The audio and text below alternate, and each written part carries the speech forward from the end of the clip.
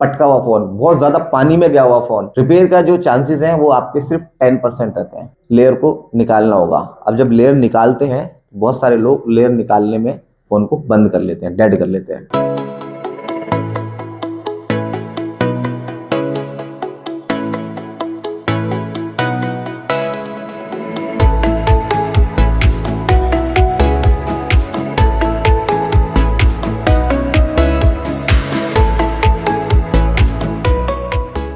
Customer का phone और उल्टा खराब हो जाएगा। पटका हुआ फोन, बहुत ज्यादा पानी में गया हुआ फोन, रिपेयर का जो चांसेस हैं वो आपके सिर्फ 10% रहते हैं, 10 to 20 बस। अदरवाइज आपको स्वैप की कंडीशन बनती है। अब जब हम फोन को रिवॉल्व करते हैं या स्वैप करते हैं, उस कंडीशन में हमें जरूरत होती है कि ये जो पॉइंट टू पॉइंट कनेक्शन है ना, ये आपके प्रॉपर कनेक्ट होने चाहिए, क्योंकि पीसीबी इसके ऊपर ऐसे आती है। अब पीसीबी क्या होता है, कभी कभी इस तरह से भी आती है कि सीधी ना होकर ऐसे कर्व हो जाती है, इधर की बोले बैठ गई, इधर की बैठ गई, इधर की बैठ गई, यहाँ से उड़ गई। तो ये जो सीक्वेंस है आपको ये प्रॉपर आना चाहिए, इसको बिठाना। जब तक ये प्रॉपर बैठेगा नहीं, जब तक ये हमारा पीसीबी काम नहीं करेगा। क्या काम नहीं करेगा? हर चीज कनेक्टेड है कहां से? मास्टर से। और मास्टर कहां लगा हुआ है? अपर बेसबैंड सीपीयू भी मास्टर से कनेक्ट है, उसका मास्टर सीपीयू है, सीपीयू से ही वो सारा अपना ट्रांजेक्शन करता है, टीआरएक्स आरएक्स करता है। भाई ये ओके है, हाँ ठीक है, ओके ओके रन, ठीक है, नेटवर्क आ जाए, जियो का आ जाए, 4G 5G जो भी, वो सब इसी से कनेक्टेड है। उसके बाद बाकी सारा काम उसने बेसबैंड सीपीयू को दे दिया कि बस मुझे सिर्फ ये बता दे कि हाँ ये सब चीज ओके है, अब ये सारी चीज तू कर सकता है, लेकिन कनेक्शन वहीं से ही है। तो आपका जितनी भी नीचे चीजें लगी हुई है, ये हमें वेरीफाई कैसे होती है, ये तो आपको समझ में आ गया कि भैया SIM card holder, SIM card holder मतलब जिसमें सिम लगता है, उसका कनेक्टर यहाँ लगता है। नो सिम आना भी आपका क्लियर हो सकता है, नो सिम आना भी, यानी कि सब कुछ सही है लेकिन नो सिम आ रहा है, वो भी यहाँ से हो सकता है। एंटीना बेस है, कोई भी नेटवर्क ना आना, यहाँ से दिक्कत हो सकती है आपकी, क्योंकि ये सब कुछ कनेक्टेड सीपीयू से और सीपीयू कनेक्टेड मेन सीपीयू से, तो आपस में सबका कनेक्शन है। जितनी भी नीचे चीज लगी है, वायरलेस चार्जिंग स्टैंड है, ये आपका यहाँ से डिस्कनेक्ट हुआ, आरएफ चिप है, लो फ्रिक्वेंसी है, power amplifier, wireless charging, wifi, Bluetooth, baseband CPU, NFC, जितनी भी चीजें हैं। एनएफसी आपको पता है सिक्योरिटी के लिए लगी होती है। फॉर एग्जाम्पल आपका फोन गिरा और आप कोड डाल रहे हो, और कोड डालने के बाद में आपका फोन खुल नहीं रहा है, हैंग हो गया, तो क्या हुआ? एनएफसी कोल्ड शोल्ड होगी। एनएफसी कोल्ड शोल्ड नहीं हुई है, एनएफसी की जो लाइन इससे कनेक्टेड है वो आपकी कोल्ड शोल्ड हो गई, वो ब्रेक हो गई। अब वो ब्रेक हो गई तो क्या होगा? फोन ऑन नहीं होगा आपका, सही पासवर्ड भी डाल ले तब भी नहीं होगा, जबकि अपर में कोई लोचा नहीं है, अपर ओके है। जब तक हम इनको रिपेयर करना नहीं सीखेंगे, हैंड स्किल भी हमारा नहीं आएगा। हमें करना क्यों होता है हमें ये भी पता होना चाहिए कि इसलिए करना है हमें। इसलिए हमें जितनी भी नीचे की चीजें आपकी डिस्कनेक्ट होंगी वो लेयर से ही कनेक्ट होने के बाद आएंगी। और आपको ये चीज भी पता है कि अगर आपने इसको फ्लैश कर दिया इस कंडीशन में, तो नीचे की चीज आपकी इसकी डिस्कनेक्ट हो जाती है सॉफ्टवेयर से, फर्मवेयर से वो हट जाएंगी। फिर आप उसको दोबारा कनेक्ट करोगे, प्रॉपर हार्डवेयर से कनेक्ट होगा भी, तब भी आपका कनेक्ट नहीं दिखाएगा। क्यों नहीं दिखाएगा कनेक्ट? वापस फ्लैश करना पड़ेगा, क्योंकि फर्मवेयर से हट चुका है वो, उसकी मेमोरी से हट चुका है वो, उसकी मेमोरी को नहीं पता है। मेमोरी को दोबारा फ्लैश करेंगे तब उसको पता चलेगा हाँ ये मेरा पार्ट है, आ गया, वरना उसको स्किप कर देता है। मैंने आपको उसकी एक पूरी क्लास बताई थी कि क्यों ऐसा होने लगा, पहले नहीं होता था। तो जितनी भी नीचे की चीजें हैं आपका डिस्कनेक्ट हो जाएगा। अब फॉर एग्जांपल यहाँ पर एक दिख रहा है आपको वॉल्यूम की म्यूट बटन दिख रहा है आपको, और उसके पास दिख रहा है ऑन ऑफ की फ्लैश बटन दिख रहा है आपको यहाँ पर। तो ये ऑन ऑफ का है और ये वॉल्यूम का है। ऑन ऑफ वॉल्यूम जो कंट्रोल होती है वो लोअर पीसीबी में कहीं पर भी कोई ऐसी आईसी नहीं होती जिससे वो कंट्रोल होती है। वो किससे कंट्रोल होती है? पावर कहाँ से कंट्रोल होती है? पावर ऑन आपका कहाँ से होता है फोन? पावर बटन पे लाइन कहाँ से आती है? पावर आईसी से आती है, मेन पावर से आती है ना। कौन सा कितना वोल्टेज आता है? 1.8। तो लोअर में कहीं पर भी पावर आईसी नहीं है। पावर आईसी कहाँ लगी हुई है? अपर में। और ये कनेक्टर कहाँ लगा हुआ है? लोअर में। पीसीबी कोल्ड शोल्ड होने की वजह से आप ऑन ऑफ बटन पे कोई वैल्यू नहीं देखोगे, ठीक है, जबकि फोन आपका ऑन है। फोन आपका ऑन है क्योंकि अपर में कोई फॉल्ट नहीं है, लेकिन फोन आपका ऑन नहीं होगा। क्यों? All about layer. लेयर आपकी अच्छा नहीं बना हुआ है, लेयर कोल्ड शोल्ड हो गया, गिर गया। अब ये कॉमन प्रॉब्लम है, ये तो बेस मॉडल है। आईफोन एक्स 11, 12, 13, 14, 15, 16 सब में बेस मॉडल है। मतलब प्रॉब्लम है। क्यों है बेस प्रॉब्लम? ये क्योंकि ये जो आपके फोन होते हैं ना, आपको बहुत ऐसा लगता है कि बहुत कूल चल रहा है, बहुत ठंडा चल रहा है, एकदम बहुत कूल चल रहा है। ये अभी हमारा मौसम ठीक है, हो सकता है थोड़ा कूल है, लेकिन अभी भी अगर आप इसको कोई वीडियो देखो और वीडियो देखकर एक सीपीयू की कैन निकालो और सीपीयू के पास ऐसे उंगली रखो तेज से, आपको बहुत देर तक फिंगर उस पर रखी नहीं जाएगी, अभी भी फिंगर जल जाएगी आपकी, इतना गर्म होता है। तो जब ये इतना गर्म होता है तो ये सिचुएशन, अब आपने सुना होगा ना, बहुत सारे लोग कहते हैं कि गर्मियों में काम अच्छा चलता है, इसलिए गर्मियों में काम अच्छा चलता है क्योंकि कोल्ड शोल्ड जल्दी होता है। वो सर्दियों में काम कम होता है रिपेयरिंग का, इसलिए होता है क्योंकि थोड़ा सा वो सह जाता है, उसको कूल डाउन फौरन मिल जाता है। और गर्मियों में क्या होता है कि बहुत ज्यादा हीट होता है। तो ये जो लेयर की प्रॉब्लम है गर्मी में, तो ये बिंदास आने वाली होती है। आप फोन गरम गरम है, बिल्कुल कुछ गेम खेल रहे हो, नहीं भी खेल रहे गेम, आप गर्मी में बाहर घूम रहे हो, फोन में बात कर ली 10 मिनट, फोन आग हो जाता है, और उसी वक्त अगर खुदा ना खास्ते आपका गिर जाए, इतना भी गिर जाए, तो लेयर कोल्ड शोल्ड हो जाती है। लेयर कोल्ड शोल्ड हो जाती है, कुछ नहीं करना होता उसमें, सिर्फ लेयर रिबॉल कर दो, क्योंकि उतने गिरने पर कुछ और डैमेज होगा ही नहीं, उतने गिरने पर डैमेज नहीं होगा कुछ भी, स्वैपिंग की जरूरत भी नहीं पड़ती है। स्वैपिंग की जरूरत तो तब पड़ेगी आपको तब आपने लेयर कर दी, बट कोई और भी आईसी या कोई कंपोनेंट आपका ओएल हो गया जिसकी वजह से आप बार बार लेयर कर रहे हो लेकिन नहीं बन रहा है। लेकिन उसका इलाज भी मैंने आपको बता चुका हूं कि अगर ऐसी सिचुएशन भी आती है तो ये पैड्स आती है ना वैल्यू आपको, ये पैड वैल्यू दिख रही है आपको, इसमें मैक्सिमम ग्राउंड होगा, मैक्सिमम ग्राउंड होगा, बाकी पैड वैल्यू आपको, ये पैड वैल्यू आपको चेक करनी होती है। कहां से?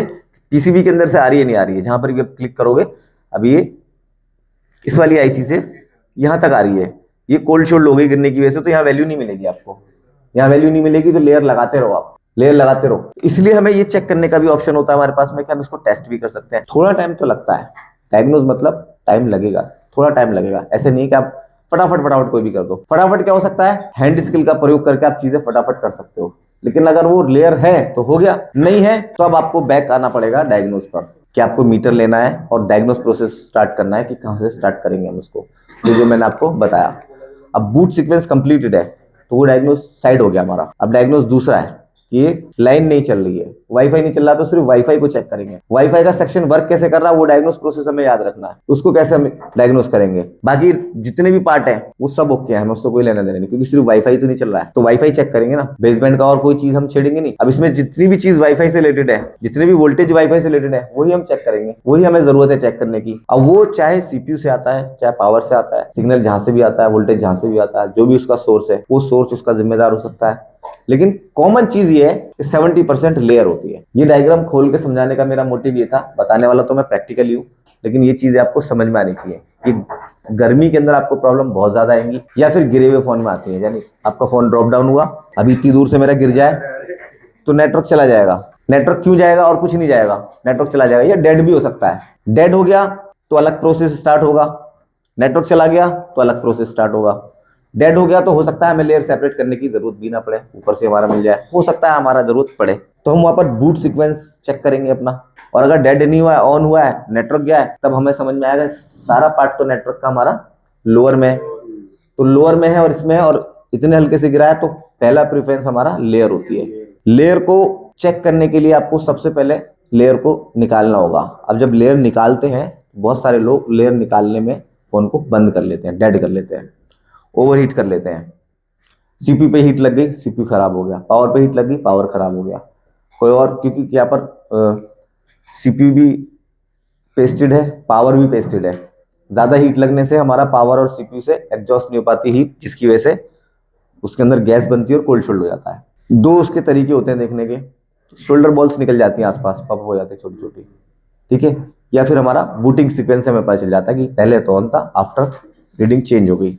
अब रीडिंग जो समझ में आएगी आपको, जो मैंने बताई है वही रीडिंग आपको कोई ना कोई मिलेगी उसके अंदर। जितनी भी चीजें इसको करने से पहले, इसको करने के लिए हमें हैंड स्किल की जरूरत पड़ेगी, अच्छे हैंड स्किल की। तो ये फोन जितने भी, अभी कल जो फोन आया था शायद उसमें भी ऐसी कोई दिक्कत थी, नेटवर्क की दिक्कत थी, अभी आएगा जब बताऊंगा। तो जितने भी हमारे पास फोन सैंडविच वाले आते हैं, मॉडल कोई भी है, एनी मॉडल, सबसे पहले जरूरी होता है उसका लेयर करना। अब लेयर के लिए आपको दो ऑप्शन मिलते हैं, या तो आपके पास आई सॉकेट होना चाहिए जो टेम्परेरी फिक्स कर देता है और टेम्परेरी आपको बता देगा, जो मैंने आपको दिखाया था, ये आई सॉकेट आते हैं इस तरह के, ये पर्टिकुलर मॉडल के हिसाब से आते हैं, वही 11 का अलग है, 12 सीरीज का अलग है, 13 सीरीज का अलग है। ये क्या करता है, करना तो उसको आपको मैनुअली पड़ेगा अलग, ओके। उसके बाद इसको टेम्परेरी फिक्स करने के लिए, चेक करने के लिए एक के ऊपर एक रख के सिर्फ चेक हो जाएगा, तो वहां पर ये श्योर हो जाता है कि पीसीबी में फॉल्ट नहीं है, सिर्फ लेयर में फॉल्ट है। लोअर भी ओके है, अपर भी ओके है, लगाने के बाद वाईफाई चल गया आपका, बेसबैंड आ गया आपका, ओके हो गया। अब फॉल्ट कहां पर है, सिर्फ लेयर में। ये लगाने के बाद भी नहीं आया, तब हमें पता चलता है कि हमारा फॉल्ट लेयर में नहीं है, अगर ये है तो। और अगर आपके पास ये नहीं है, तब आप इसके अंदर अच्छी लेयर बनाने के बाद ही जज कर सकते हो। अगर आपकी लेयर अच्छी बन गई है, तब आपका जज होता है कि मैंने लेयर सही बना दी, बट अब भी नहीं चल रहा है, तो कहीं और से फॉल्ट है, या कहीं ना कहीं आपको डाउट ये भी लगा रहेगा कि लेयर हो सकता है मेरी नहीं बनी, अगर प्रैक्टिस आपकी अच्छी नहीं है, लेयर बनाने की टेक्निक आपकी अच्छी नहीं है। तो इसलिए ये भी जरूरी है और ये भी जरूरी है। मैं इसको बहुत कम यूज करता हूँ, क्योंकि एक्सपीरियंस हो चुका। फ्रेशर को जरूरत पड़ सकती है, या आपकी प्रैक्टिस इतनी अच्छी हो, जैसे मैं भी बता रहा था कि सीपीयू लगा दिया मैंने, रीडिंग कुछ और करी थी, मुझे फर्क नहीं पड़ता, मुझे पता है कि मेरा हैंड स्किल अच्छा है, मेरी प्रैक्टिस अच्छी है, तो मेरा होना ही होना है, कुछ और होगा अगर नहीं हुआ तो। ऐसे हमें ये पता होना चाहिए कि मेरी प्रैक्टिस अच्छी है, तो इसकी प्रैक्टिस आपको करनी है। ये मैं आपको बताने वाला हूँ कैसे निकलेगा, कैसे लगेगा, इसकी प्रैक्टिस आपको करनी है। और ये 11, 12, 13, 14 कोई फर्क नहीं पड़ता, सब एक है, सैंडविच है, मॉडल कोई सा भी हो, मॉडल के हिसाब से नहीं करते। सैंडविच तो सैंडविच, जितने भी आने वाले फोन भी आएंगे वो भी, सिर्फ थोड़ा बहुत फर्क आता है, हल्का फुल्का। आपको डिफरेंस बताया मैंने कि पीपीडी का जो टाइप है दोनों में अलग अलग है, लोअर में और अपर में। तो सबसे पहले जो मेल्ट होगा वो लो डिग्री वाला टेम्परेचर मेल्ट होगा, और अपर में लो डिग्री मेल्ट आपको टेम्परेचर यूज किया हुआ है। तो जब आप इसको हीट करोगे तो दोनों एक साथ नहीं आएगा कभी बाहर, अपर ही आएगा, अपर ही पहले बाहर आएगी। क्यों आएगी? क्योंकि वही लो डिग्री है। और प्रॉब्लम भी अपर में ही आती है, क्योंकि हाई डिग्री जल्दी से कोल्ड शोल्ड भी नहीं होगी, लो डिग्री ही हमेशा कोल्ड शोल्ड होगी, इसलिए मैक्सिमम प्रॉब्लम अपर में आती है, लोअर में नहीं आती है। कुछ पीसीबी मैं यहाँ पर दिखा देता हूँ, देखिए बॉल, अगर आपको ये बॉल देखो, इसमें टीवी में अच्छे से नहीं दिख पा रही है, माइक्रोस्कोप में बहुत क्लियर दिख रही है। ये बॉल नीचे वाली अगर आपको हटी हुई दिखती है और ऊपर वाली जो ऊपर वाली लेयर है ये सही लगी हुई दिखती है, तो सिंपल सा लॉजिक है, डायरेक्ट स्वैप होगा फोन। क्योंकि नीचे से ट्रैक्स हमारे निकले हुए हैं, नीचे से हमारी पीसीबी बैंड हो सकती है, ड्रॉप डाउन हो सकती है, तो उस कंडीशन में डायरेक्ट स्वैप होगा। उस कंडीशन में हम इसको रिपेयर करने जाएंगे तो हमारा और ज्यादा नुकसान हो सकता है। ये रिंग रिपेयर करना थोड़ा टफ होता है, क्योंकि पहले नीचे का निकालेंगे उस कंडीशन में, फिर सारी आईसी भी खराब हो सकती है। हो सकता है ट्रैक गए हुए हमारे 10 ट्रैक गए हुए, 5 ट्रैक गए हो, तो ट्रैक बनाने पड़ेंगे, फिर ट्रैक के ऊपर रिंग लगाना पड़ेगा। तो ये यूट्यूब के लिए वीडियो बनाने के लिए तो बहुत सही है, लेकिन रिपेयरिंग टर्म से कहते हैं ना, दो तरह का काम करते हैं, स्मार्ट वर्क और हार्ड वर्क। तो हार्ड वर्क जो है वो यूट्यूब के लिए कंटेंट बनाने के लिए ठीक होता है, लेकिन स्मार्ट वर्क करना चाहिए। उतना हार्ड वर्क इसमें करेंगे फिर भी सक्सेस नहीं हुआ, टाइम लगने के बाद भी, तो कस्टमर वापस ले जाता है। उतनी देर में हम इसकी पीसीबी हमें मिलती है मार्केट में, हम उतना देर में इसको स्वैप करके पैसे कमा लेंगे। हम बिजनेस टर्म से काम करते हैं, रिपेयरिंग टर्म्स पे करते हैं कि भाई बिजनेस हो रहा है हमारा। जब हम हार्ड वर्क करते हैं, एक साइंटिफिक लैंग्वेज पे पढ़ रहे हैं, अभी मेरे को बोलो तो मैं इसको भी बना दूंगा। क्यों? क्योंकि यूट्यूब पे वीडियो बनाने के लिए चाहिए, एक पूरा दिन भी लग जाएगा, कोई दिक्कत नहीं, बन जाएगा। लेकिन इसको करने के लिए मैक्सिमम 1 घंटा चाहिए, स्वैप करने के लिए 1 घंटे में फोन कस्टमर के हाथ में आ जाएगा रिपेयर होने के बाद। ओके, तो इसलिए ऐसा नहीं है कि पॉसिबल नहीं है, ये पॉसिबल है, लेकिन टाइम टेकिंग है, इसलिए इसको नहीं करते हैं। मतलब इसको इतने सीनियर लोग भी नहीं करते हैं, जो बहुत अपने आप को बहुत इंडिया का फर्स्ट मास्टर बता रहे हैं, वो भी नहीं करते हैं। अगर वो कर रहे हैं सिर्फ वीडियोस के लिए कर रहे हैं, एक आध रीजन सिर्फ शो ऑफ करने के लिए, क्योंकि पॉसिबल है इसलिए। अदरवाइज अगर आप रिपेयर कर रहे हो तो ये स्वैप होगा डायरेक्ट इस कंडीशन में।